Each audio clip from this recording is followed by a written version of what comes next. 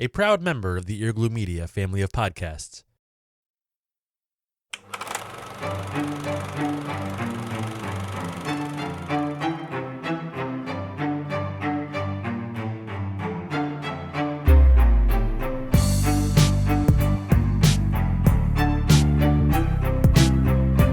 It is time again for another episode of the Film Appraisers, the podcast that evaluates your favorite films. Each episode, we discuss a film brought to us by a listener or a guest, and then we praise it in each of the following categories: narrative, music, technique, uniqueness, and longevity. Each of those categories can get a maximum of $20,000 for a possible $100,000 for the most valuable film. And then we see where it stands next to classics and other films brought to us by guests or listeners. My name is Josh, and on this episode, we appraise a film brought to us from one of our patrons, the mystery from Christopher Nolan that debuted in 2000, Memento, starring Guy Pearce, Carrie Ann-Moss, and Joey Pantoliano. This is episode 36, Memories, Puzzle, and Vengeance. Joining me today on the Film Appraisers, it's our own Sammy Jenkins. It's Joe Kane. You know, you sent me a video to watch, and I told myself I was going to watch it. And That's like 3 weeks ago, right? Like 3 weeks ago. We even delayed this, and I told myself I was going to watch it. And there's a chronological cut of this film, and I told myself I was going to watch that too. And we had an extra week because we delayed, and that didn't happen. And I've come to the conclusion that these are just the lies we tell ourselves. Yeah, I like that. That feels very appropriate for our past couple of weeks. Hey, but making his debut with us, finally, it's Todd Blankenship. Todd, glad you're finally on. Josh. Yeah. I kept calling, and he won't answer. And I even slipped a note and a Polaroid under his door, and he still won't answer. Typical Todd. He probably forgot. He is prone to that, you know. Yeah, let's move on. Okay, Todd's not here. That's fine. We're going to give you something better. We do have something a little special for our patrons on our after show today. So a familiar voice, and we'd love to have you join that program. It's a series Joe and I do that follows this main show, available to our patrons that are signed up for the director or executive producer tier. Our patrons get that. They get specials, any reactions that we do, things like that. Patreon.com/filmappraisers is where you can find that. Joe, I think it goes without saying that our patrons allow us to do so many things for this show, and their support is incredibly overwhelming, and it is very much appreciated. And that's how we got to today's topic. So Discord user Knickerdoodle, which actually she contributed to gracing your life, Joe, when she gave it meaning when it had been lost for so many years, when she brought us Labyrinth a couple years ago. That is not any of the words I would use to describe anything to do with that entire situation. But we're a family-friendly program, so I can't accurately describe that situation. You should see the gestures that he's making. They adequately explain how he feels. And the size of the sip of whiskey I took to correspond with those gestures. To wash that movie from your brain. Hey, I don't have a whiskey strong enough to wash that from my brain, and I have some some real strong cast strength whiskeys in here. Still not going to do it. Well, Nikki, as a patron in our executive producer tier, she got to submit a film for us to appraise, and she did a little bit better this time, right? Yeah. I mean, I don't have a word to describe the giant void in between the quality of these two films. Let's go ahead and take a look at the log line from IMDb. A man with short-term memory loss attempts to track down his wife's murderer. Short and sweet, man. That does exactly what a log line is supposed to do. Yeah, but I'm gonna tell you that log line makes this film sound like the most generic movie ever made.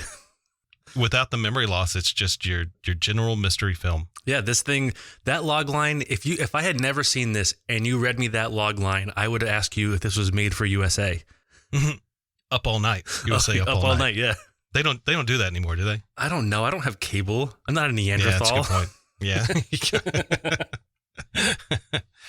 Yeah. So this film, Memento, this was the first real mainstream film for Christopher Nolan. And he actually continues doing what he started doing in his first film, which is Following, which is a really cool film. For those that haven't seen it, definitely check it out. Quick watch too. It's like 70 minutes.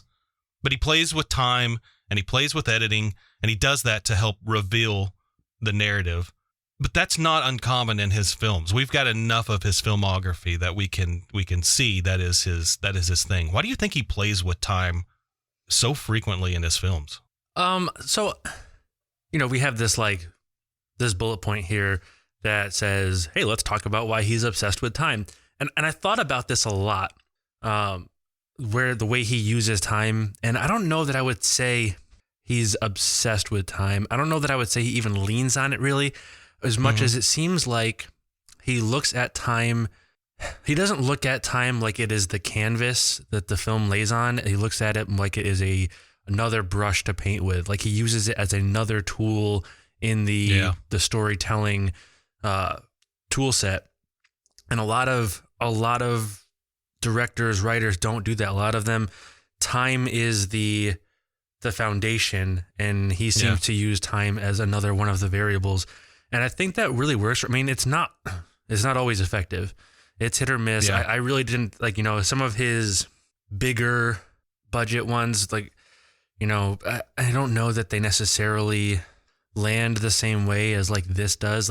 I don't think he's always a big home run when he's playing with time, but I think I appreciate the way that he does it always. Are you referring to Interstellar?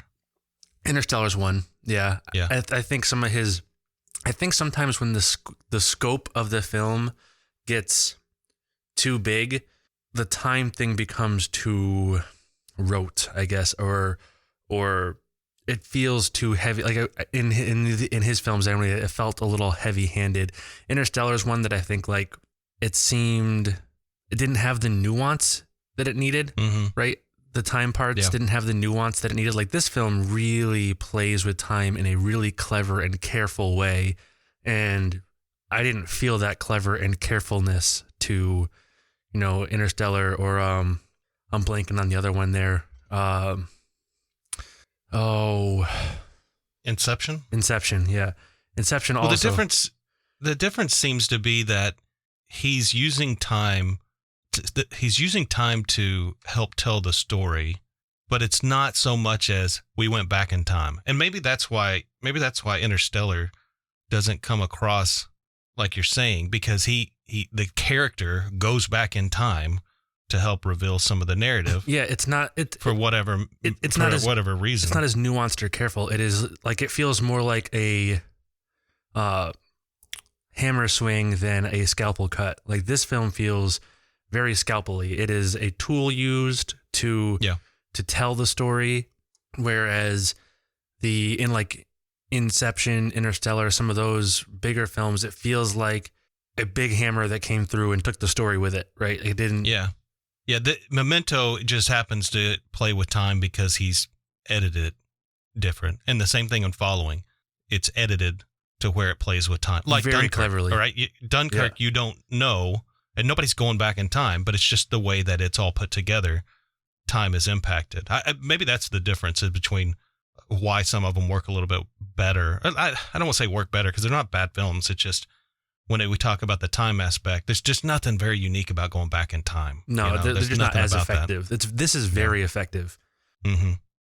Are there any on this list, Christopher Nolan's filmography, that really stand out for you? Are there some that you could visit multiple times and not get tired of? I mean, honestly, I think this is my favorite use of time from him. Yeah. Yeah. I think this one, because not just because of the way he plays with time, but also because the execution on the editing and the time play here, and the stylistic choice for the two timelines that are one's in color and one's in black and white, and the way they run against each other, it leaves you as the viewer feeling as probably not quite as out of sorts, but also feeling out of sorts in the same kind of way that you might imagine Leonard feeling. And I like the way way it pulls you into the story that way. We haven't even mentioned Tenet, but have you seen Tenet yet? I haven't seen it yet, no. I haven't either. I feel like because that happened last year during lockdown, and because his films are just made for IMAX, big sound, big picture, I feel like I'm just not doing it justice to watch it at home. I've got the nice sound, big screen. I just don't know if I'm going to get the same thing. Well, there's that, and also I don't know. It came out in a kind of a rough way. When it came out, I wasn't able to see it right away because of the way they did like that weird soft open, only in some theaters, and none of them around me were playing it. And then the reception in a year when nothing was coming out, the reception was still very tepid. Yeah. And I was like, well, if there's nothing coming out and people are still like, maybe wait for this one. It's not really worth the money. Like, oh, well, I'm not going to go out of my way to see it. And then it's one of those things, life backs up, and it finally became available to see, and I didn't have time to see it. And now here we are talking about a different Nolan movie. It actually got an award, one of the more unique awards that I've seen. It was from the Alliance of Women Film Journalists in 2021, and it won the award for most egregious age difference between the leading man and the love interest. Oh man! And then in 2000, let's see, it got another award from, I believe, that same group in 2000. It was something like worst rollout of a film during pandemic or something. It was clearly they were knocking the film for forcing it to come out in the theater, and that's just Christopher Nolan's beliefs, right? We know that he wants to have things on the biggest screen possible. So, you know what's crazy to me? I'm gonna take a quick side jag here based on that sentence. So bear with me. Sorry, everybody. It's crazy to me is how often we hear directors talk about how like filmmakers kind of in general. I shouldn't say just directors, because I've heard writers and actors kind of say the same thing. Talk about how important it is to adapt or be adaptive, or to roll with the punches and to change as time, like all these things stay current and relevance. You know, I've heard so many people talk about what relevance means and to who, and then like you get these big name directors and it feels like they just forgot, and they start putting out films that feel like they were made 20 years ago, and they start doing things like really fighting against streaming or against, I mean, even this last year in the pandemic, some of the biggest stick in the muds about making their films available to people were like the big name directors who just didn't want, like some of the younger, more up and coming filmmakers were like, yeah, let's put it on streaming. And those films did great. Some of them really got a lot of exposure and stuff. And I don't understand the like resting on your laurels and refusing to work with what the landscape is. I don't know. I feel like it hurt a lot of big directors this year by being so stubborn. And then when HBO was like, we're going to put all your movies out whether you like it or not, a lot of them got really mad. And I'm kind of with HBO on this one. Yeah, I don't think HBO did it right, because it sounds like a lot of those directors didn't know about it. And there's a lot that we don't know about. We don't know the money structure. A lot of times actors and producers and people that are part of the film behind the camera and in front of it, they're getting points on the revenue. And when that goes to streaming, that's a lot of money loss. There's always that. There's always things like in the art of it, you know, you start doing stuff one direction and it's hard to go back another direction. But I mean, hey, the answer to 9 out of 10 questions though is always money. If we open up cinemas again and all the money heads that direction, the streamers they're not gonna care. They're gonna launch their movies in theater and then simultaneous on their own platform. But it's just all where's the money at? That's where it's gonna go. Yeah, I mean it's obviously money driven, but I think it's short sightedness too. I mean, I know we're way off topic here. I won't drag this on for too much longer. I'm sorry. But here's the thing: there's a whole year of films that were done that didn't get released, and they're people wanted to release those all next year, right? And next year really hasn't started yet. So now you've got a year and a half of films, plus the films that were already going to come out in that window. Mm-hmm. I think it is incredibly naive to think that having your film holding your film to have an opening weekend in theaters so that it can have one weekend before the next big film comes out is going to make more than the like $100 million a piece that HBO Max was paying internally to stream those. I don't see $100 million like floor the HBO. I mean, Godzilla made like $300+ million, and Yeah, it's most of that over was off 400. streaming. Yeah. Right? Well, at the theater, it made over 400 at the cinema. Because that's what's really kicking back people saying, you know what? Well, if Godzilla versus Kong can do 400+ at the cinema, let's keep holding on. You have to be careful because that $400 million thing, that box office, included HBO. Did it? When I was reading it. Well, how do they tap into that? Is that because part of the... HBO Max didn't just air those, right? HBO Max, Warner paid the studio, even though they own it. There was like an internal money transfer to air those. And as far as I'm concerned, you can be as mad at you want as you want at HBO. You signed the contract. They own the distribution rights. If you didn't want them to publish it however they wanted to, you should have read the contract and made the right choice. Yeah. Moving forward, there's going to be a lot of people really think about what they sign up for or what it says in the contract. Yeah. Well, and most of those movies wouldn't have been made otherwise. A lot of those films got bankrolled by Warner, and Warner wasn't going to sit on them forever. That's why they ended up on HBO Max. Yeah. Anyway. Hey, Memento. That's appropriate. We forgot what we were here to talk about. I just, we go on sidejacks. It happens. Sidejack. All right, so let's get into the categories that we use to appraise films here on this show. The first one being narrative. I'll go ahead and kick us off with narrative. With acting, I think that the acting is pretty dang good. I did not see anybody within this film that took me out of it. Nothing called my attention to it being like great acting or awful acting. But there was one standout. I think Carrie Ann-Moss really stood out. And the reason why I think she stood out in this film is like when she's sincere, she's like really on point. But when she's trying to act, like after Leonard beats her up and she goes and sits in the car and waits, and then she just got this scowl on her face, and then she comes back in, she does a really good job of being a bad actor. And to me, that seems like it would be tough to be an actor that tries to be a bad actor. The first time I saw that scene, I was like, oh, the acting, woof. Yeah. And then, this was 15-ish years ago. And then when they show the next flashback segment and they show that she is in universe acting, it's like, oh, that's actually pretty good. She's actually killing it. That's all right. Yeah, and I like the way they separated that, and they showed you that bit first, and then showed you the reveal in a different flashback, so that you would have that moment of like, oh wow. Yeah, totally agree there. There's another instance like that where, not like that, but just little things that you see that shows how good the acting is. There's a scene where Teddy, I believe it's when Leonard and Teddy are at the diner. He's talking about memory being unreliable in the context of facts. And Teddy tries to interrupt him a couple of times while Leonard's talking. It's just like a little small thing, but it's impactful. It makes it feel like a real conversation is going on. So I thought there was I thought the acting was good. I thought it was really good. Nothing pulled me out of it. Something that really stood out though, as we talk with narrative, and remember narrative, we talk about, acting, lighting, costume, sets, of course, the story and the plot.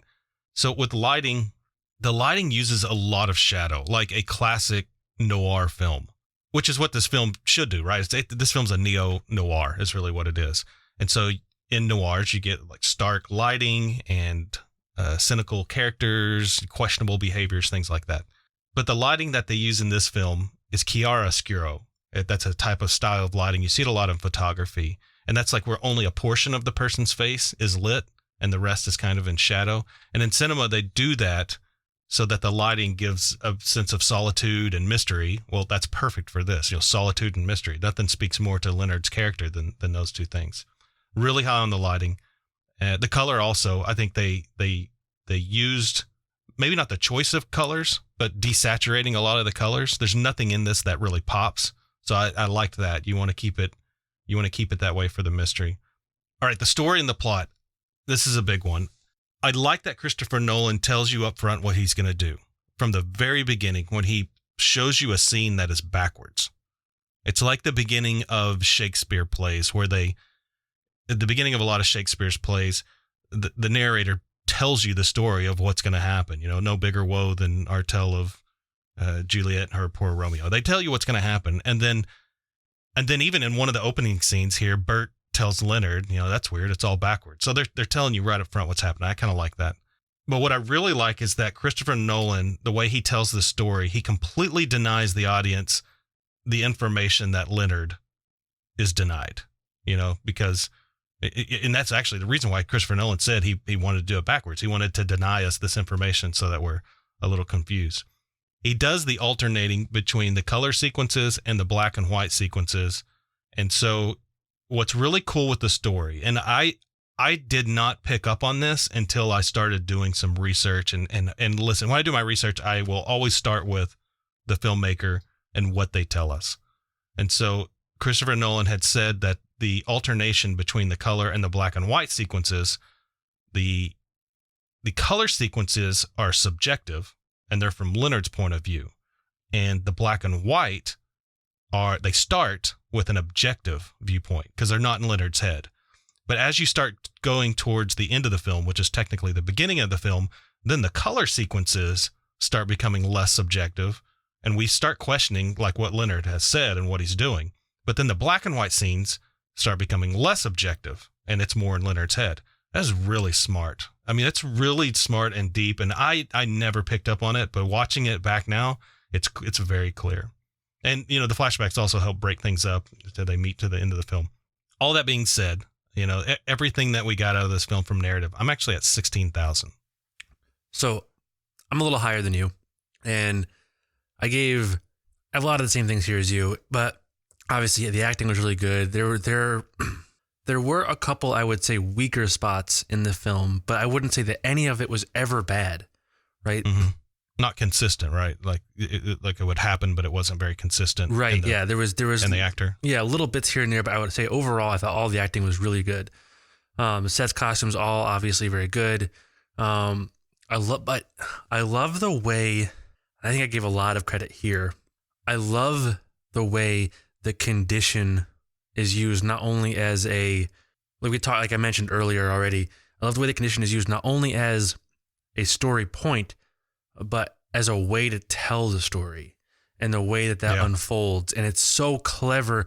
The number of very subtle, very clever hints that are just laid all over this film from start to finish that you could easily watch this film and never pick up on, and then go back and watch over and over, whatever, look them up online, whatever, find out what they are. And then when you watch the film and see all these subtle little things, the way the chronologic games are played, the way it was, I mean, this, I think this lands here and in editing, the way he chose to. Yeah. I agree with you there.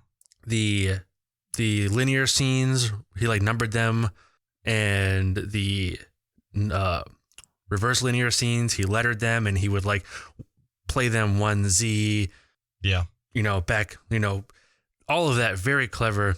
So you're talking about where he takes a black and white scene, like if you're up on a whiteboard, he takes a black and white scene and labels it a letter, and then takes a color scene and labels it a number, and he played the color scenes backwards, the black and white scenes forwards, and kind of ran them the opposite direction. Yeah. Right. It's a hairpin. When you draw out the timeline, it's actually a hairpin shape of a timeline. It's really cool. It's very clever. The details throughout the film, though, it's such careful storytelling, visual and the writing. And I really, really appreciated these things. The handwriting on the Polaroids. Yeah. The handwriting is consistent all the way through, but if you watch carefully, there's one Polaroid that's not his handwriting. I saw that. The split-second shot of Lenny sitting where Sammy is in the mental hospital, right? Right before it cuts, and you see for a second, like Fight Club style, that he's there. Mm-hmm. And then speaking of Fight Club style, Teddy's phone number is the same phone number as Marla in Fight Club. That's so awesome. Right? There are all these little hints that throughout the whole film, in some of them more obvious than others, towards the end, I think it's relatively close to the end, when they leave the tattoo parlor and it flashes back to him laying in bed with his wife, and that spot on his chest he's saving for the tattoo once he's gotten revenge, says I've done it in his spot in that flashback. Oh, really? Yes. Interesting. Subtle little hints all over the place in this film, just constantly. They're just everywhere, and they're so... I saw this one online. I didn't pick it up. I didn't notice this myself, but there's a scene where they're talking about learning through conditioning with Sammy, with the shocking him, and they just show it and show it and show it, and he's getting shocked and he's getting mad, but he's not learning.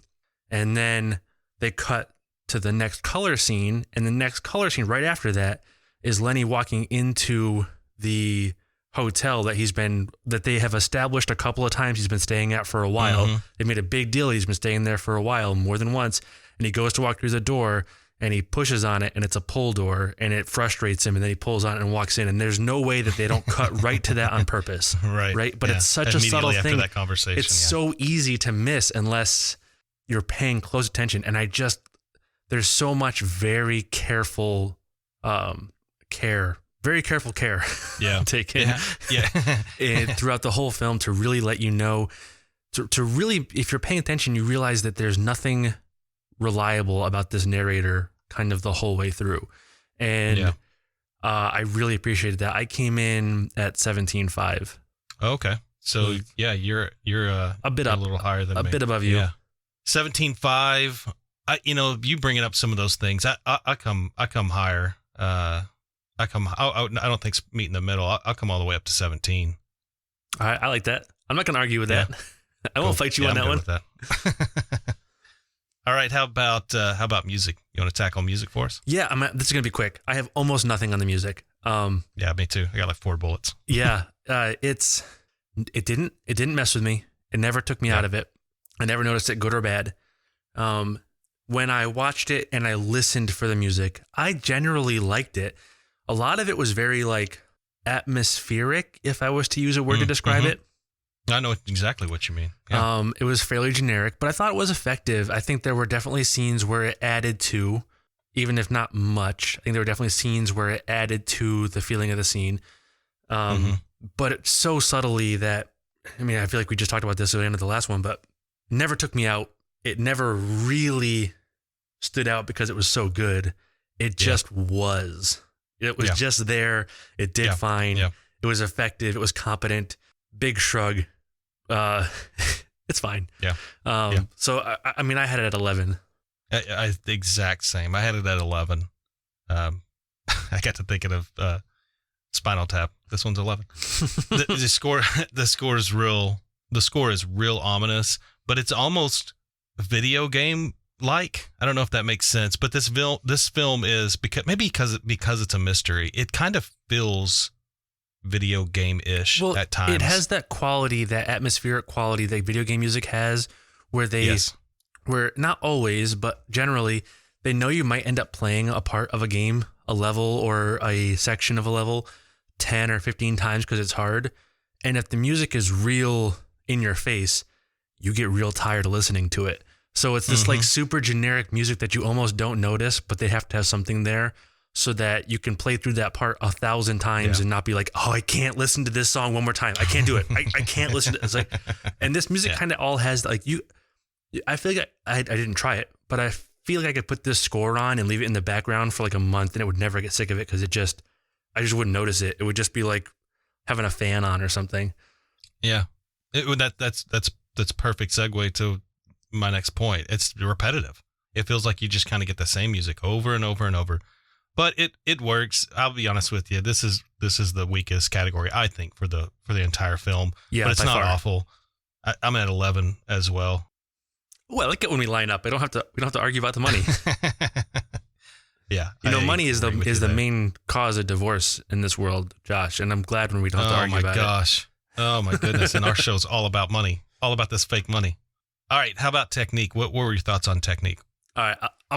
I'm be relatively brief on this. I know you're going to have like 1,000 very specific examples. Probably. I know you in this category, camera wise, competent, nothing super huge standout. I think this film gets the bulk of its look at editing.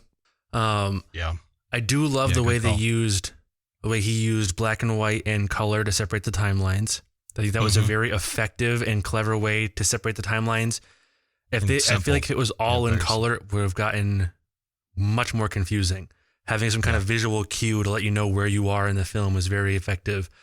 I like the way the editing cuts through the timelines to, like I said earlier, kind of make you feel as disoriented or similarly disoriented to Leonard. And I like the way, and this is something, and I was going to, like I said, I was going to watch the chronologic version, and I couldn't find it on YouTube. You said it was on YouTube? It is on YouTube. I found it on YouTube and I didn't watch it. I'll find it again and send you the link. Deep.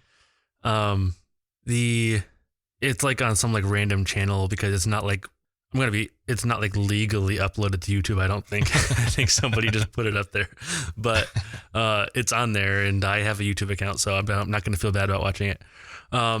There's also, like, if you watch the chronological version, it stands out, but there's a couple of spots in this film where they show you what seems like, so you know how when they cut to the flashbacks, they overlap a bit, right? Mm-hmm. Yeah. There's a couple of spots where it seems like they're just overlapping a little bit, but you're actually seeing a separate moment that happens again right after. That kind of, in chronological order, shows you that that he is really unreliable with his memory. Oh, yeah. But when you're cutting back and forth, you actually get a little lost because you don't realize you're not in the same moment you were in before.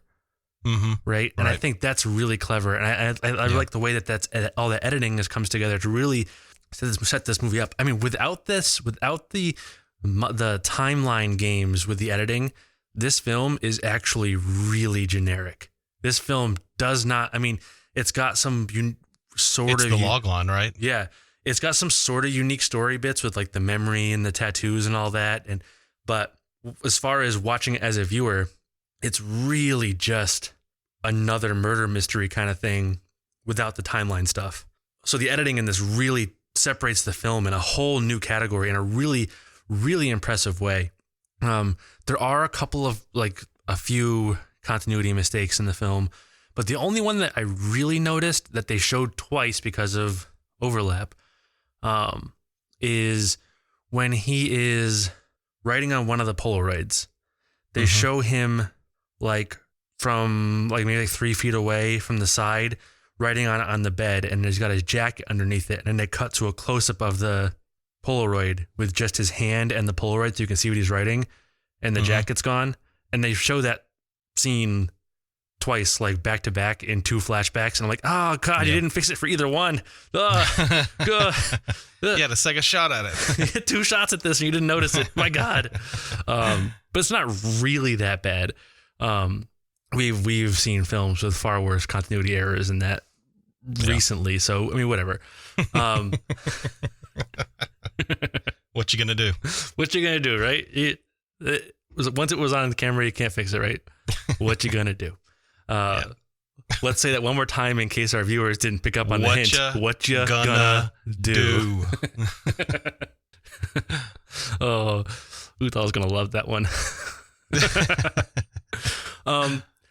So the camera stuff, like I said, there's nothing really stand out. There's a lot of very stock standard shots. There's a lot of pretty mid-range center frame, like I'm watching right now. There's a long conversation happening right now in the hotel room, and he is just center framed talking. When he's done talking, it cuts to the woman that's placing the things around his hotel room, and she is center framed talking back to him, and then it cuts to him.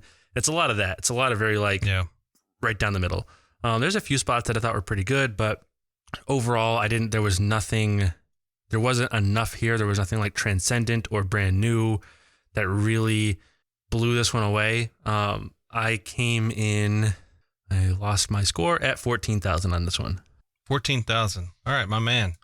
I'm really close. Really close. I'm actually at 15,000. I am on this film. I am higher on the editing aspect, like all the things you mentioned. I'm higher on the editing aspect of Memento than I am on the camera work. For sure. I think that aligns along with what you were saying. One more, in addition to the editing you were talking about, one thing that I caught was a really good use of sound editing. So when Leonard is in the diner and he's with Natalie and they're talking, throughout that conversation, you can just faintly hear some chatter from the diner. And she asks about his wife. No, close your eyes and really remember her. And as soon as he closes his eyes, the room just kind of fades to silent. And then when he's done, the chatter comes back. It's real subtle, and but it's really impactful. It's really impactful. So I agree. Editing is great. But with the camera work, I think most of what people will see with this film is that there's not many clear instances of having these memorable shots or use of the lens. Where this film excels, at least as far as the camera is concerned, is it using the narrative, or it's giving you the narrative without what you're getting. So like a lot of tight shots, you can't see much outside this very narrow window. Yep. It helps you know less about what is actually going on. And, similarly, it's what Christopher Nolan just doesn't show you. If you look at it, there's no real establishing shots, or at least no traditional establishing shots throughout this film. Those shots that we get in movies that you see the outside of a venue, and then it cuts to the scene inside, has people talking. It helps you interpret where the scene is taking place. And when many of the scenes in Memento start, they just start inside of a room, just like Leonard. And we're trying to figure out, where we are and what's going on. They even do that a bit with some over the shoulder shots of like Leonard entering a room. And as he's checking out the room, you're also checking out the room, trying to see what's it.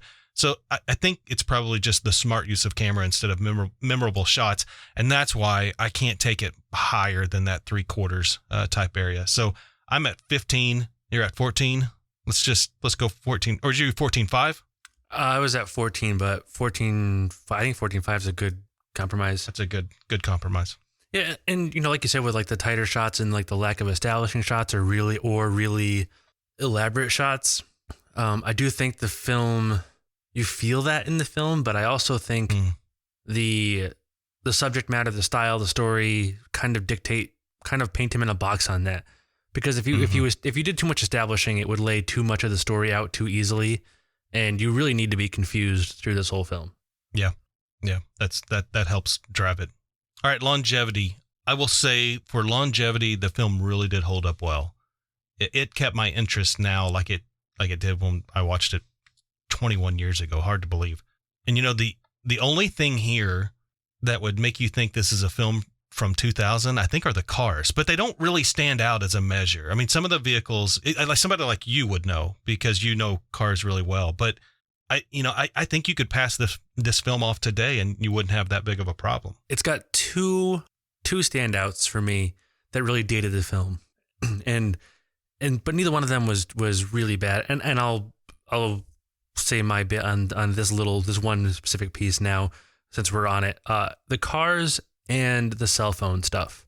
Yeah, that's true. The cell phone stuff. I feel like the cell phone stuff stood out a little bit. I think there are things that would have changed in the story with smartphones, the way notes were taken or the way pictures were taken. Like a lot of that stuff would change the story now, but I don't think it actually affected the longevity. If you think about it, if his memory does stop at that point, he would constantly be using that same cell phone until it just crapped out on him, because he's not going to know that there are smartphones, things like that. Everybody else would be using one, but he might see one. So he might not know what it is. It might blow his mind when he sees it, but every day. But yeah, every day. But smartphones are not so impenetrably different from flip phones or whatever. Like if you saw, like the look of it. Yeah, like if you saw on your bedside table when you woke up, you'd be like, "Oh, that's a phone. I don't recognize that phone, but that's a phone." And then, pick it up and have it like face unlock or whatever, and you'd be in it. You'd be like, "Oh, okay, I get this." I mean, like children can use them, so I feel like intuitively he would be able to handle it. But this also would like that having that technological barrier for him would also imply that like he'd been on this at this point in time, that he'd been on this this like revenge vendetta unsuccessfully for like 20 years, because smartphones coming up on 20 years since they became like pretty popular, and that would be a really long time to be hunting people down like this. where I'm really putting a lot of value into the longevity is just the recognition this thing got. You know, AFI gave Christopher Nolan Screenwriter of the Year in 2000 when this came out. The American Screenwriters Association nominated this for the best for their Discovery Screenwriting Award. The screenplay was nominated for an Oscar. And then when you go back and look what Christopher Nolan's been recognized for, at least for awards and recognition in the film industry, it's usually this and Dunkirk are the two that he gets the most recognition for awards and things. Not popularity, just awards. And not to mention that this is on probably every critic's list of best of the 2000s, especially the year 2000. So I'm at 16,000 for longevity. So I'm not far, but I am a little above you. And I'm going to add a few things here. Did you just tell me you have the high ground? I have the high ground. I for sure have the high ground. So we talked about the smartphone stuff, whatever, and the cars. That's not really that big of a deal. It did stand out to me, but I was looking for the reasons to judge longevity. I think under standard situations, it would never be a thing. Yeah. It's ironically not overly dependent on time. It's not referential, really. It's not talking about current events so much. It is very much a story in a bottle, so it really doesn't matter when it happened. Mm-hmm. It's a little film nerdy, but it's still really approachable. Like, it really held up, and I think most people would really like it. I think there is definitely a section of general audience that would like struggle with how much you have to pay attention to this. Yeah. But I think in general, it holds up pretty well, even in most audience groups. And I just think everything, first off, we get the Matrix reunion. We got Joey Pants and Joey Pants and Carrie Ann-Moss in here, right? And right. Does Joey Pants age? He just got Joey Pants. He just got like a little heavier and a little grayer and a little balder, but he looks kind of the same. Right? Yeah, no, he's Joey Pants. Joey Pants. He looks fantastic. He looks fantastic, right? But thematically, this holds up. The story holds up. It's a preview to the next category. It's a very unique film overall, and that really feels like, I know they're separate categories, but I feel like uniqueness tends to contribute to longevity. If a bunch of films that are just like it came out afterwards, you don't necessarily want to go back 30 years to watch a film because you've got 15 examples that are newer that are very similar. But there's not really before or after this a lot in this wheelhouse, and that kind of leads this kind of open road in front of it. It does have some pop culture influence. I have seen references to this here or there, mostly to the timeline stuff, but typically they're a little oblique, the references. They're not talking about Leonard. They're not name dropping Memento. Although I have actually seen I have seen TV shows where a character will name drop Memento, but typically you'll see like a little homage in a way a thing is cut or a scene. I could not remember what it was, and I looked moderately hard on the internet for it. Did you just look right now? Maybe earlier today. I remember a film, like a comedy that came out when I was in high school. So shortly after this, maybe like 5 or 6 years after this, that had a scene where they were writing on a Polaroid in like the exact same camera angle and block lettering on the back. Oh yeah. And I cannot remember what film it was. I could not find it. You get some of that here and there. I think it's got some longevity on that part too. I didn't lean too hard on the recognition it got longevity wise. But that definitely plays in. But I just think the film, and I'm going to talk about it again in a minute when we switch categories, but the uniqueness of this film, the feel, the cleverness of this film really makes this even super rewatchable. I do think after a certain point in rewatching, it does get a little less rewatchable, but it's way more rewatchable than a lot of films. And it's especially a lot of films that have a clever bit to them are really only good the first time. Usual Suspects. Yes. Perfect example. Yeah. And while I will watch that film anytime I see it, it never hits the same ever again. No. This one really hits like every time. It really, I mean, it degrades a little, but it really hits. And I came in a little higher than you because I have the high ground. I dropped in at 17. So, what do you go? 16.5? You want to stick with the split? You cool with that? Yeah. All right, uniqueness.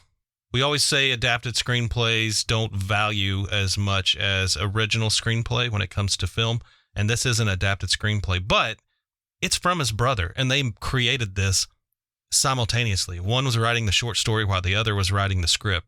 I would say that this is one of the few ones that probably aren't really an adapted screenplay. Tropes. All right, there are some tropes in this that are specific to detective-based noir films. Voiceover, shady venues, shady characters, but it never distinctly characterizes things in like this one-size-fits-all situation. I think Natalie's a perfect example. Natalie's both good, and then she's bad, and then Teddy's the same way, and Leonard's the same way. So there's never just these, put them into these trope categories and stay. They're very human. They're very complex characters. So I wouldn't say that, even though there might be some trope elements to it, I don't think it's defining this film. No, it's almost impossible to make a film without any kind of trope in it. And this definitely has tropes in it, but well, I'll lean on this a little bit more when it's my turn, but I don't necessarily think having a trope is a bad thing. No, not unless you do what we talked about in the last episode, where it's awful tropes like Internal Affairs saying this was an inside job, like the overplayed. Well, I think you can low-hanging fruit. You can get away with some of that too. I think the real problem comes when you lean on the tropes as if a film has tropes in it is a very different thing than when it feels like somebody sat down with a list of tropes and wrote a film from them. Yeah. And that may sound like a ridiculous thing to say, but you know, if you stop and think about it, you've seen films both ways, and you could totally identify the films that feel like somebody wrote them with tropes in mind, and when tropes just happen to occur naturally. It's not leaning on tropes in a lazy way. Right. Like stories are gonna, like, storytelling has been around for so long, and tropes have established based on previous storytelling. Tropes are gonna show up naturally. I don't think it's bad if they show up naturally. I think it's bad when they're used as a tool to make a story, and you can totally tell the difference. Yeah, absolutely. I agree with you there. The uniqueness overall of this film, I think what puts it into an incredibly unique film. Now I'm trying to set up my value here. Oh boy. The reason yeah, I think we're going to have a little bit of a distance on this one. The reason why I feel this is incredibly unique, and I'm not talking about it being unique because it's like a non-traditional type narrative, because we've got those, right? Like Pulp Fiction being the gold standard of those. If you come in over 19, we're going to fight. I'm telling you right now, if you're 19 or over, we're going to fight. We're close.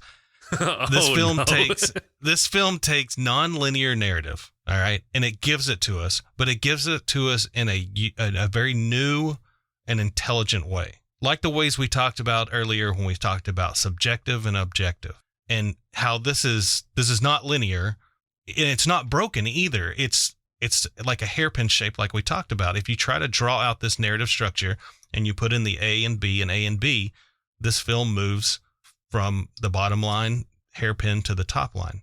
It's really unique. I am not 19,000, but I am 18,500 for uniqueness. All right, I don't have to fly to Texas and punch you in the head. It's okay. Just let me know when you get here. I just have to give the camera the double bird. That's all. No, we're actually not that far apart. Well, we're not close either, but we're not that far apart. All right. So I actually started at 18 and talked myself down. And I don't know. I could be convinced to move a little bit. I was unsure with this film, and there's for a few reasons, right? The presentation of the story is fantastic. It's clever. It's effective. It's very unique, and the presentation is the film.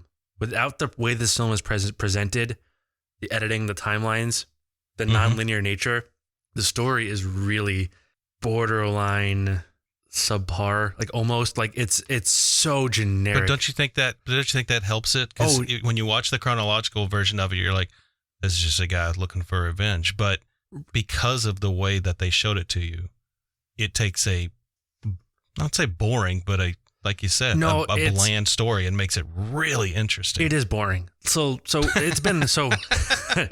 All right, I'm gonna put a caveat on that. It's been a long time. It's been probably 10 years since I watched the linear cut, but the linear cut was almost hard to watch. Yeah, I can believe that. It's just so by the numbers, and I think that affects my view of the film's uniqueness a little bit, maybe more harshly than it should, because I do give it a lot of credit for the presentation, the editing, the nonlinear nature of the storytelling, but it is an adapted screenplay, and I can't reward a thing. You can't give any film $20,000 for having one unique characteristic, right? Even if it's super unique, one unique characteristic does not make a perfect film in any category, right? And so when I start thinking about the things besides the nonlinear nature that are unique in this film, the number of things that come up besides that is very slim. There's not much to this besides the way it's presented. But I do think maybe I was a bit hard. So like I said, I'm not actually down that far. I came in at 17, and I think I think the reason... You had me thinking like you were down at like 14. No, I wasn't at that. No, I give it a lot of points for the presentation, but I had a hard time talking myself to that like real rarefied air based on it having like one real unique characteristic, right? It's got a couple things going for it, but really it's one thing, that like one real standout thing. But the more I think about it, though, the way I look at it is just overall. I try. So 18.5 is pretty high. I'd be willing to come down. 17 is pretty low for me. And what I saw, but I backed up and I looked at it and said, "Have I ever seen anything like this?" And I'm not talking about, like I said, I'm not talking about a broken narrative. Because it is, but it's not like any broken narrative. Like Pulp Fiction's a broken narrative. And when you saw it, it was like, hey, that's pretty cool. But this one takes that broken narrative and completely flips it on its head. And so I think, have I ever seen anything like that before in a movie? No. And have I seen anything like that since? I've seen people try, but you can't copy this. Because if you copy this, it's clear you plagiarized. Right. But this film also took a bunch of the non-reliable narrator stuff from Fight Club. And like, you can't even say it didn't, because it even references the film. Martha's phone. Right. Like, it totally references Fight Club. Right. That is true. It did hit Fight Club up a couple of times. I mean, the one cell flash of him, Marlo's phone number. I mean, is true. It totally apes some stuff from previous film. And before I actually have to fly down there and punch in the head. The whiskey kicked in, I can tell. I think 17's too low. I think 17 is where I feel was where I landed when I've done this before. I start arguing with myself, and part of me wins the argument, and then later on I look back and I'm like, sure. That's very Fight Club. That's very Fight Club of me. Yeah, exactly. But I think the Fight Club stuff is there, but it's minor. The story is very generic, but the presentation way overcomes that. And the nonlinear nature of this film, the detail involved, all that stuff that really drives how unique this film feels if you step back and look at it as a whole, I think I could probably come up to like 18. I think 18 is probably as high as I would go, but I think that I'll take it. Sold. And we're done. Thanks for joining us. And the website is... I will take 18. The way you talked, I do like how you were saying that it doesn't only rely on one thing, but it relies a lot on one thing. So I may be a little high. Well, this is why we have different categories, because once you sum it up like we do, you get 77,000. And I'm looking at the definitive list on where this falls at 77,000. And it falls about where I probably think it would. You know, we do argue over 5 and 100 and 1,000 and things like that. But then again, you sum it up and you get to a number like 77,000, which on the definitive list puts it at number 21. So it breaks into the top 25. We take a look at the top 20, the top 20 to 25. You've got Almost Famous at 20, Memento 21, Toy Story at 22, The Matrix at 23. Good job, Joey Pants. Joey Pants. The Princess Bride at 24, and then The Searchers at 25, rounding out our list. That's not bad company there. What's it look like over on the guest list? So it comes in right above The Matrix and right below Almost Famous at number 8 on the guest list. And I think it's definitely in the right area. Yeah. Although there's a little stretch right here, right? I'm going to go another side jag. Get ready for another side jag. Side jag. Memento, The Matrix, and The Princess Bride. That 3 right there. Mm-hmm. They are relatively close. I got to scroll over here so I can see the totals again. They're relatively close in totals, right? 74 and change, 75 and 77. Yeah. When I think about the impact The Matrix had, and the not just in pop culture and in sci-fi going forward and how referential it's become and how important it's become, but also in the technique side of things. And I weigh that to where the influence in any category that Memento has had.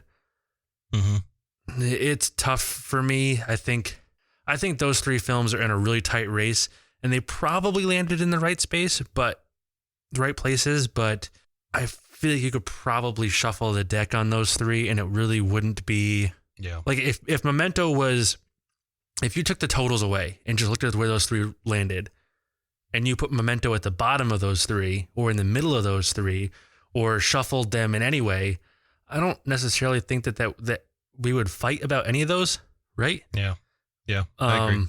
For what we're talking about, which is value of the film. The actual dollar value of a film. I am still a little salty that you were so hard on the technique of Princess Bride because of a trampoline that I still think was a purposeful reference to the way they used to make those old swashbuckling movies. I still think that was intentional, and you don't care. Let's just throw the whole technique category away. Well, I can say that coming up in probably 2 or 3 episodes, we do have 2020 reconciliation. So there may be an opportunity to right an old wrong. And maybe I take that on. Maybe, oh, darn, now I get to go watch Princess Bride again. I'm going to send you 4,000 clips of black and white pirate movies with them jumping on trampolines and stuff and be like, do you think this is a reference yet? Or do I need to send you more? Yeah, and it is a comedy. All right, I'll pin that one. I think we might be talking about that here in a few weeks. Maybe. Well, coming up on talking about upcoming episodes, we've got an old friend coming back in our next episode. I'm not going to tell you guys who, but you have heard her before. She's been on multiple times. Always brings us great films. I'm really excited. And this one's no exception. So it's funny that she brought this on. She's going to bring this on. A few weeks ago, I was putting the list together of upcoming films, and I thought of it. And I thought, man, I want to do this one so badly. Partly because I want to watch it, but also because I want to look at it critically. And she picked it. She picked it. This also, oh man, I don't want to tip my hat too hard on this. So a very different but closely related franchisee kind of thing exists. Yeah. That's right. Technically is now, the beginning is now eligible for the show. Ah, yes, it is. And very good call. Feel like I'm looking forward to my next staff selection episode. Very cool. It's the Incredible Hulk. I'm not going to pick the Incredible Hulk. Well, why don't you give the folks a tease on what show or what film is being brought to us next? Let's hit it. Like one of them. You're not. Even if you'd like to be. To them, you're just a freak. Like me. They need you right now. When they don't, they'll cast you out. Like a leper. See, their morals, their code. It's a bad joke. Dropped at the first sign of trouble. They're only as good as the world allows them to be. I'll show you. When the chips are down, these civilized people, they'll eat each other. Man, I'm excited about that. I really do love this film a lot. I love this film a lot. So, in sticking with popular directors on the film, on the show. Yeah. There is a tie from the film we talked about today to that film, and it ain't Joey Pants.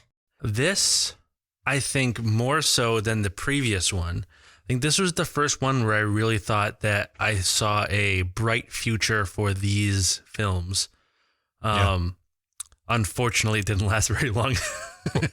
for the person who owns the film, so who owns the story. Yes, for the character and franchise involved. Yeah. Not the type of film. Right. No, yeah. Not genre. Okay. Yeah, cool. because the genre has a great future ahead of it and has been killing it, just not with this property. Yeah, that is very true. Hey, man, I want to talk about something real quick before we head out of here. You did a live Barrel House. You're calling it their Barrel House Live? Is that what what you call them? The Barrel House, but live. You had something on there. So I tuned in. You had something on there. Oh, that blew my mind. That smoker thing? Oh my gosh. And really nice photos came out of that too, by the way. Oh yeah, I was really pumped at how good those screenshots looked. If you were interested, you could see those on the Instagram, the Barrel House Podcast Instagram. I put a couple of them up. Yeah, I bought this I saw an Instagram ad for this cocktail smoker, and I was like, I want to play with that. And recently I launched a Patreon for the Barrel House, and there was just enough money in my Patreon to cover the cost of the cocktail smoker, and I was like, this seems like a match made in heaven. So it's a sign. So I cashed out and bought that cocktail smoker, and I was like, let's play with this thing. And it was actually really neat. It looked very cool. It was really cool. The smoke waterfalls out of the smoker into the whiskey.